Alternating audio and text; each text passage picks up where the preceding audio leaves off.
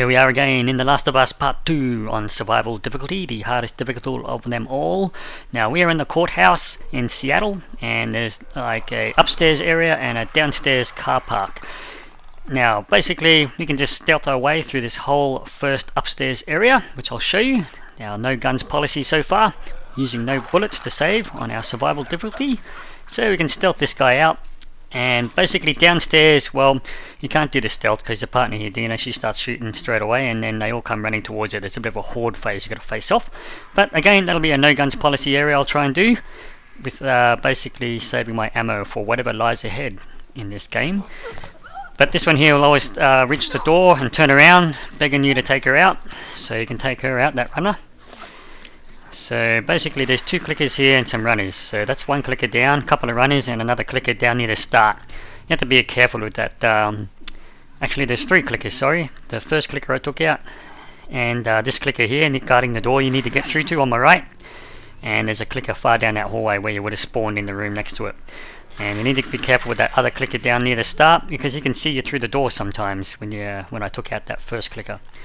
Alright, so this clicker here, again, slow and steady for your stealth survival guide. And if you crawl too fast, then they'll detect you. So we're going to sneak up to it. And yeah, there's the double doors we need to eventually go through. But we're going to clear out these infected. Alright, so this clicker will start walking towards the windows.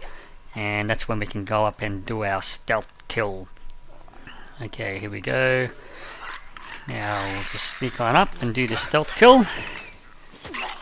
There we go, my friend. And that one's out. Alright, and now we're going to head on down towards the starting area where we spawned. Okay, to my right here is the double doors you need to try and push your way through to. It's blocked a bit, but you can get through it. But we're going to turn around and take this guy. Okay, now like I said, you can try and go through those doors, but they'll probably all rush you. And well, we want to rid the world of all that's evil, so we're going to take these guys out as well. So we'll take out the runner. You'll see that clicker down the very far end of the hall. You have to be careful of that clicker too when you're in that first room when you spawn in, jumping through the window, because he can probably look through the door sometimes and see you. Alright, so there's a runner in here. Now, depending on the map layout, sometimes it's better to take the runners out first, because when they see you, they make noise and everyone comes running towards you to attack you. So it depends on the map layout really, and the level you're in. Okay, so that runner is down. We'll head towards that clicker, and again we're going to be taking it slow. Now later on in this level, between this upstairs and the downstairs car park, there is a big knife that you'll need to get. The big knife is basically you just got to throw a brick through a window upstairs, when you get through the stairs, sorry, downstairs, and there's a guy, a corpse with a big knife hanging out of him. Just make sure you pick that big knife up. Alright, so don't forget you can do your listening mode as well, so you can hear the noise through the wall, give an idea where they are. You can upgrade it later on to get a more detailed look at the image to see which way they're facing. So again, slow and steady. This guy is broken and groaning, and we're going to take him out now. He's done, and there you have it. Okay, so again, up here you can do full stealth, not a gun fired, save all your ammo. Now we're going to head on downstairs through those double doors, and we're going to get to the underground car park. Before we get to the underground car park, don't forget to pick up that big knife by throwing a brick through the window on the way down there before you slide down the elevator shaft. But in the next zone, you're going to see we're going to do things really quick. I'm going to run towards the left real quick downstairs in the car park, and basically kill the runners and quickly throw bricks at the clickers and use my big knife on them. So we're going to see how that works. You'll see the damage notches on your knife to see when it's about to break, so make sure you still have one notch left for the second clicker downstairs, which you'll see there's two clickers down there.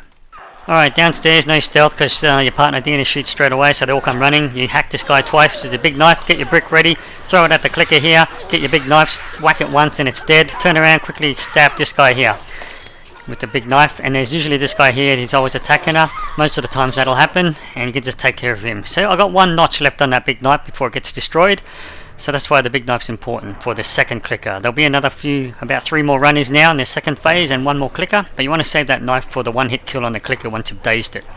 So Dina should be okay here. You can help her while they're wrestling with her, but if you leave it too long, she'll start calling for help and you have to run back and help her. But quickly run up to the police car up here and grab the brick off the bonnet. And we're going to throw the brick at the clicker to daze it again, so we can do the one-hit kill with our big knife. Okay, there you go, the big knife one-hit kill. And then we just got these runners left to go with. If you want, you can hang around Dina and she can start shooting them. If you're lucky, she might do a good shot and kill them for you. Otherwise, you're going to have to dodge like you did there and get your knife. So use your dodge a lot. See there, he's about to grab you, use your dodge and then go in for the kill. So that's another important thing to do in your melee attacks. Dodge and attack. So you can have the dodge. And we'll help her out here. That's another thing you can do. Let them grab her and you can just easily take them out as well.